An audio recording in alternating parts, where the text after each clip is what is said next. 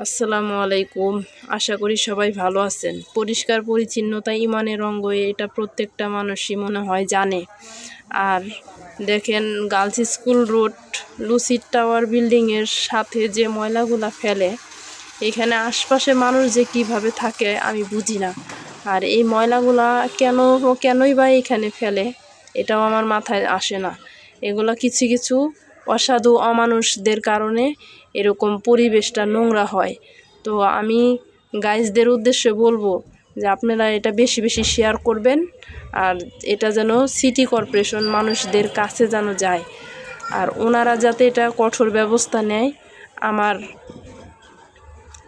এই উদ্দেশ্যটা, শুধু এই ভিডিওটা বানানোর কারণ হচ্ছে এই একটাই, যে এই রাস্তাঘাটে জায়গা জায়গা মানুষ ময়লা ফেলে ভরে রাখে। কেন এই ময়লাগুলা ফালায়া ভরে রাখে আমি বুঝি না। এগুলা কিছু কিছু অমানুষদের কাজ।